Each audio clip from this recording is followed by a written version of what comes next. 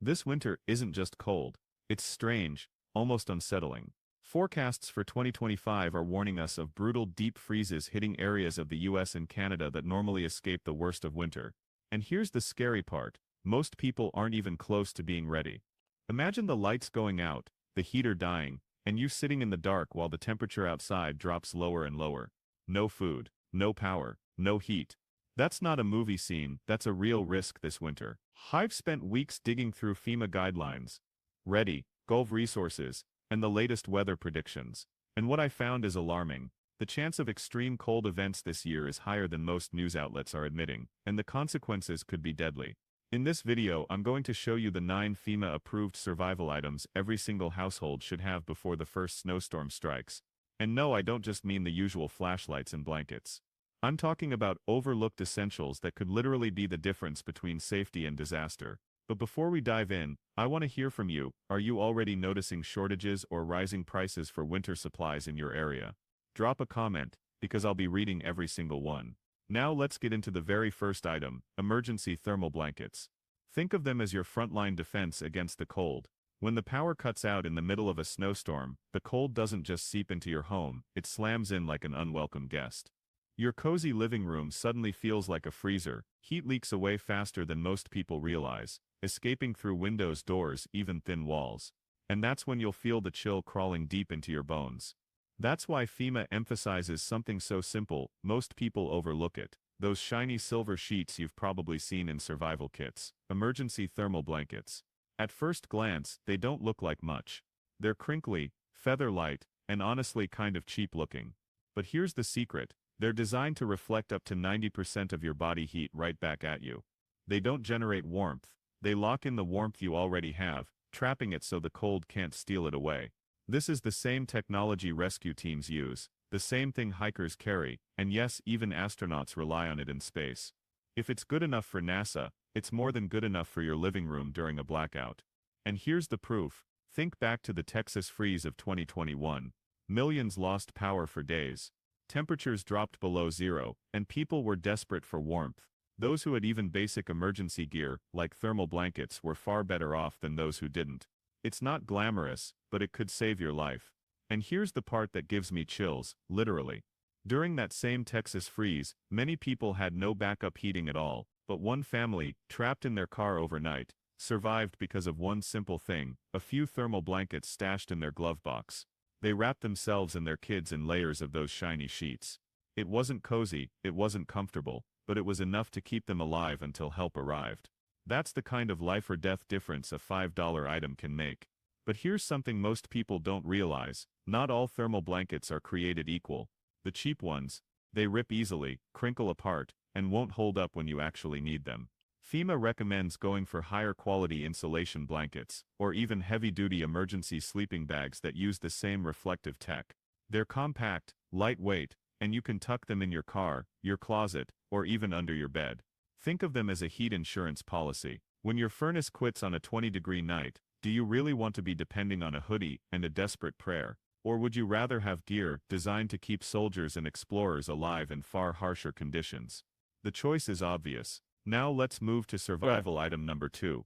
A backup heating source. Because let's face it, the power grid isn't nearly as reliable as we'd like to believe. Picture this, a snowstorm sweeps through, the lights flicker, and suddenly your house falls into an eerie silence. No hum from the furnace. No warm air pushing through the vents. Just you, sitting in a home that's growing colder by the hour.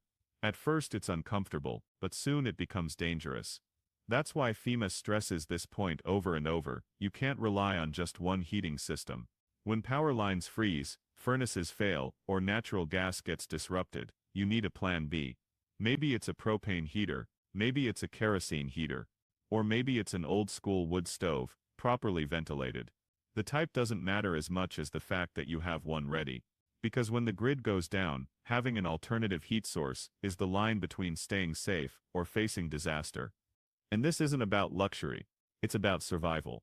Think back to the 2013 ice storm in Ontario, Canada. Hundreds of thousands of homes lost power for over a week. Families with backup heaters stayed warm. Families without them. Families without them. Families without them. They ended up in overcrowded shelters, pipes bursting at home, and houses turning into frozen wastelands. That wasn't luck, it was preparation. But here's the warning you can't ignore. Backup heating can be just as deadly if you use it wrong. Every winter, tragic headlines appear, families trying to warm their homes with gas stoves, grills, or unventilated heaters, only to fall victim to silent carbon monoxide poisoning. That's why FEMA hammers home one rule: always pair your backup heater with a working carbon monoxide detector. Ventilation isn't optional. Warmth is never worth your life. Think of a backup heater like a fire extinguisher. You may not need it every day, you might not even use it for years. But the moment disaster strikes, it's the one tool that can make all the difference. Fuel canisters alone can keep you safe, calm and warm while a storm pounds outside. But here's the truth. Don't wait until the last minute to invest in them. Because when the shelves are empty and the power is gone, it'll already be too late. Now let's talk about survival item number 3, the carbon monoxide detector, the silent killer's worst enemy. When the furnace dies and the house gets cold, desperation sets in. People drag grills into their living rooms. They fire up old propane heaters without checking ventilation. They run generators inside garages, thinking a cracked door is good enough. And then without warning, an invisible killer slips in. Carbon monoxide. You can't see it. You can't smell it. You can't taste it. But it can put you to sleep and never let you wake up. That's why FEMA is crystal clear. No home should ever face winter without a working carbon monoxide detector. And it must have a battery backup. Here's a chilling reality check. During the Texas blackout in 2021, hundreds of people were rushed to hospitals, not from the cold itself, but from carbon monoxide poisoning. Families were burning charcoal indoors. Some left cars idling in garages. Others used faulty heaters. Many thought they were being careful. They weren't. Some never made it out alive. And the heartbreaking truth: every single one of those deaths could have been prevented with a device that costs less than dinner at a fast food restaurant. A carbon monoxide detector is your only line of defense against this invisible killer. When deadly gas builds up, it doesn't whisper, it screams, buying you those precious seconds to throw open windows, shut off a faulty heater, or get your family outside to safety. And here's the kicker: without a battery backup, your detector is as useless as a dead flashlight the moment the grid goes down. Most households either don't have a detector at all, or have one hanging on the wall with dead batteries. Don't be that family. A $10 piece of plastic could be the reason you and your kids wake up tomorrow morning. Think about it. You wouldn't go camping without a smoke alarm near the fire. So why would you face a deadly winter storm without protection against a gas that silently kills year after year? Preparation isn't a choice, it's survival. And that brings us to survival item number 4, backup power, generators and portable power banks. Because the scariest part of a winter blackout isn't just the darkness, it's the sinking realization of how much of your life depends on electricity. No lights, no heat. Your phone dies, your fridge, just a box of spoiled food within hours. That's why FEMA stresses this point. When the grid goes down, backup power isn't about comfort, it's about survival. A generator or even a high-capacity power bank can mean the difference between waiting it out safely or scrambling in the cold, helpless. Now imagine this. It's the middle of January. Picture this: you're in Michigan. A brutal snowstorm has ripped through town, and the entire neighborhood is dark.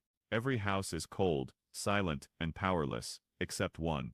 Through frosted windows you see the faint glow of light. Outside there's the steady hum of a generator. Inside, that family has heat. Their fridge is running. Their phones are charged. They're checking emergency updates while everyone else is left in the dark. That single machine just turned a potential disaster into a minor inconvenience. Generators come in all shapes and sizes: gas, propane, dual fuel. But not everyone has the budget or the space for a full-sized unit. That's where modern portable power banks step in. And no, I don't mean those pocket-sized chargers for your phone. I'm talking about the new generation of solar-powered and rechargeable power stations. These compact devices are powerful enough to keep small appliances running, charge medical equipment, and in some cases, even power a small space heater. During California's rolling blackouts, sales of these power stations exploded. People realized they needed a quiet, gas-free backup that didn't fill the house with fumes or noise. And FEMA highlights this for one reason. Power is survival. It's not just about keeping the lights on. It's about staying connected. You need to call for help. You need to check weather alerts. And sometimes you just need to calm your kids with a little music or light to remind them everything's going to be okay. A good generator or power bank doesn't just keep your devices alive, it keeps your family's spirits alive too. So when the lights go out and the cold sets in, ask yourself, will you be sitting helpless in the dark, or will you be the one who planned ahead?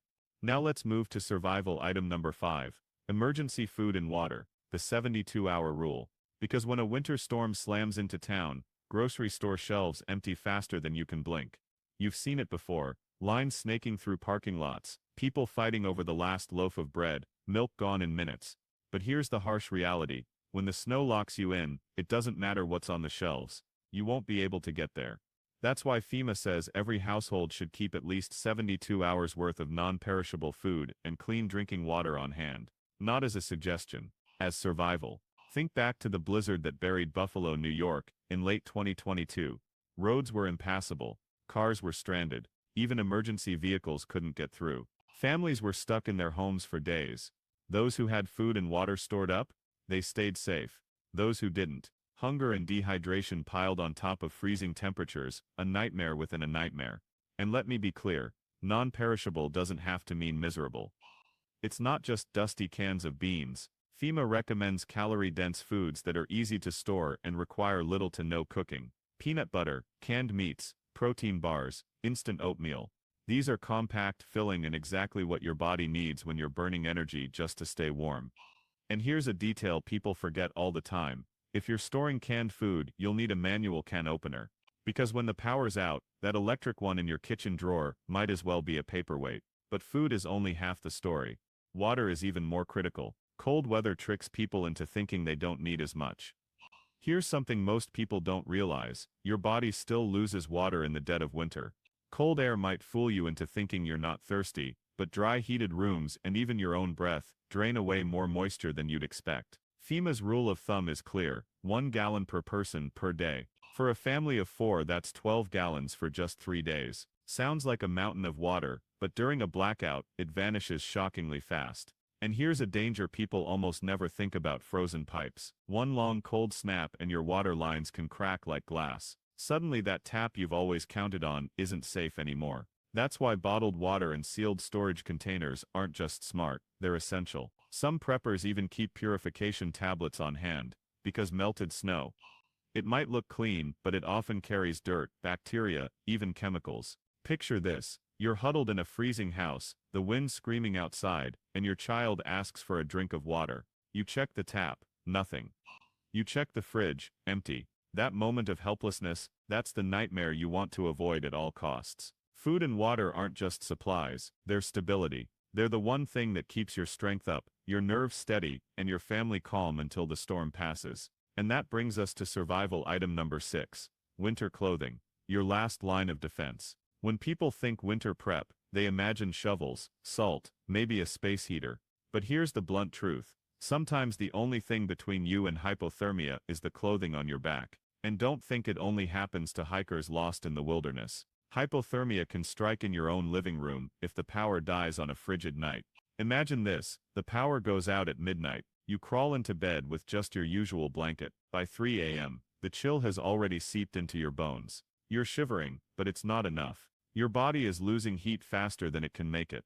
This is where preparation shows its worth. FEMA emphasizes proper winter clothing and layering, because it's not about comfort, it's about survival. Forget the hoodie. Survival clothing means smart layers, thermal underwear to lock in warmth, insulated jackets, thick wool socks, waterproof boots, hats and gloves. Each layer adds protection. Each piece buys you more time. Once your core temperature slips just a few degrees, your muscles weaken, your thoughts fog, and frostbite moves in fast.